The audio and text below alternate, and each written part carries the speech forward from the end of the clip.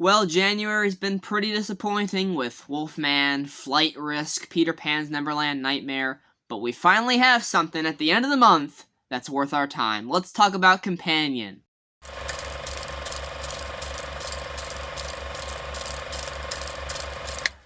This review is going to contain spoilers, even though the second trailer for this movie did spoil a good bit, and even the poster, I would argue, is a bit spoilery. But nonetheless, if you haven't seen it, go watch it. Seriously, go check it out with your date or something this weekend, and come back and watch the review.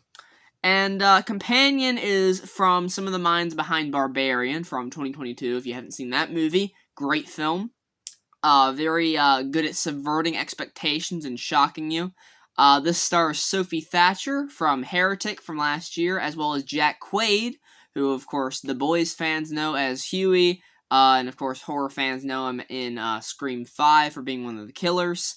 And I was really looking forward to this movie, guys. The original trailer for this doesn't really give you an idea of what exactly is happening, but it lets you in a little bit on, like, some really dark, crazy stuff is gonna happen. I'm pretty sure we have all seen by now the image, the visual of Sophie Thatcher's hand in flames at the dinner table with Jack Quaid. What's that all about? So, we're talking about it. So, I gotta say, guys, Companion is such a great time. I was laughing throughout. There's so many great comedic moments through them talking about Iris, because Iris, just a big twist here, if you haven't seen it, like I said, hope you're gone by now, Iris, played by Sophie Thatcher, is a sex robot. And she is owned by Jack Quaid's character Josh, and he takes her to this retreat that they're going on with some of their friends at this rich guy's mansion, and there's some pretty big implications later on that these people are up to no good, because Iris kills the guy that owns the mansion, Sergey, who's played by Rupert Friend, which I didn't recognize initially, but I was like, I know that guy from somewhere, and yeah, he's in like the Wes Anderson movies, couple of those. That's where I know him from. Anyway, she kills him in an act of self-defense, because he's trying to force himself on her, and she sticks a switchblade in his neck, and blood just pours everywhere. And the rest of the friends, you got Eli, you got Kat, and you got I'm blanking on Lucas Gage's character's name, but he is also a sex robot for Eli. And she goes in there and they're like, holy shit!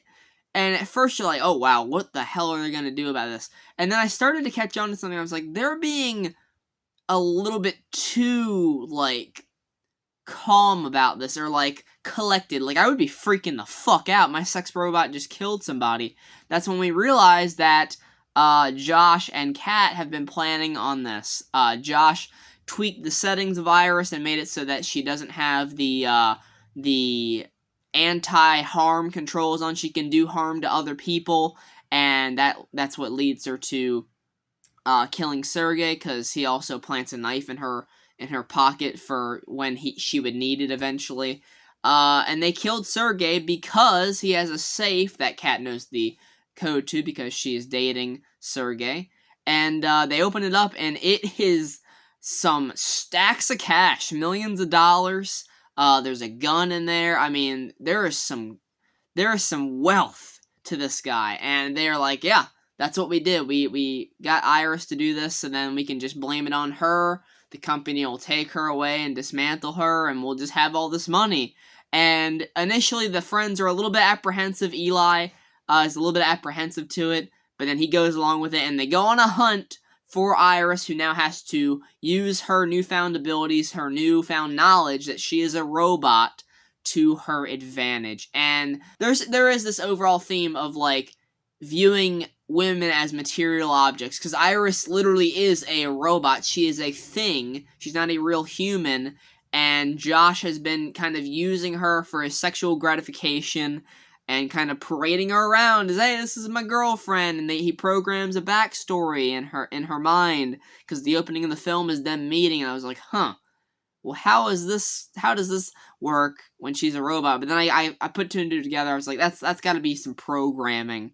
and sure enough, that is. And it's just really fun to see her get her revenge on these people. The opening of the film, she says, "I've only ever felt like this twice in my life. First time was when I met Josh, and the second time was when I killed him." So immediately you're told that, like, she's gonna get revenge on this guy. It just felt a little bit conventional in that regard, where you know where it's gonna go. She's gonna get the revenge. She's not in trouble. It was lacking a bit of tension in that regard. Other moments of it do have some pretty intense, factor to them. Like there's a scene where she gets stopped by a cop, and Lucas Gage's character, gets sent after her, and he fucking mutilates this cop. That was pretty great. There's a moment where she's scuffling around for this gun that Eli's trying to shoot her with, and she shoots Eli instead, and he dies. And then Lucas Gage's character, the robot, he actually feels emotion for this loss, and then later on, Iris uses that. She's like, these people, they're just using you as a sex robot. You're just an object to them. You loved Eli, and he's like, yeah, I did, and he shocks himself and kills himself. So it really is a story about, like, the different kinds of love, like the way you should treat love. Like, obviously, the way that Josh has went about it with Iris getting a sex robot is pretty bad, and they are toxic as fuck. Josh is toxic as fuck. Just always wanting to be in control of her. And even earlier on in the film, before you get the reveal of her being a robot, he's like, "Iris, go to sleep." And she's like, in the middle of talking, he's like, "Iris, go to sleep." So that's a very toxic way about it. And while Eli really treats his robot like it's a human, like he's like, because the robot asks him, like, you wouldn't tweak my settings or anything like that, would you? And he's like, no. And, like, he's even pissed that he's not gonna get... They're like, the robot doesn't get a cut of the money. She's like, what the fuck? It's like, this is my boyfriend, my robot. He better get a cut of the money. Oh, God. There's just some great moments here from all the cast across the board, and a satisfying ending where you get Iris taking control of herself. She does shoot herself in the head, via Josh's request, but then later on when these guys come to pick her up, they're like, alright, we're just gonna patch her up, we'll cover all that up with the dead bodies, that's fine, and we'll scrub through the footage, that's what they say, and Jack Quaid's like, what? And they're like, yeah, everything they see is recorded, so then he has to deal with that. I was like, oh shit, you should have read the terms and conditions. He did not. Oh my god.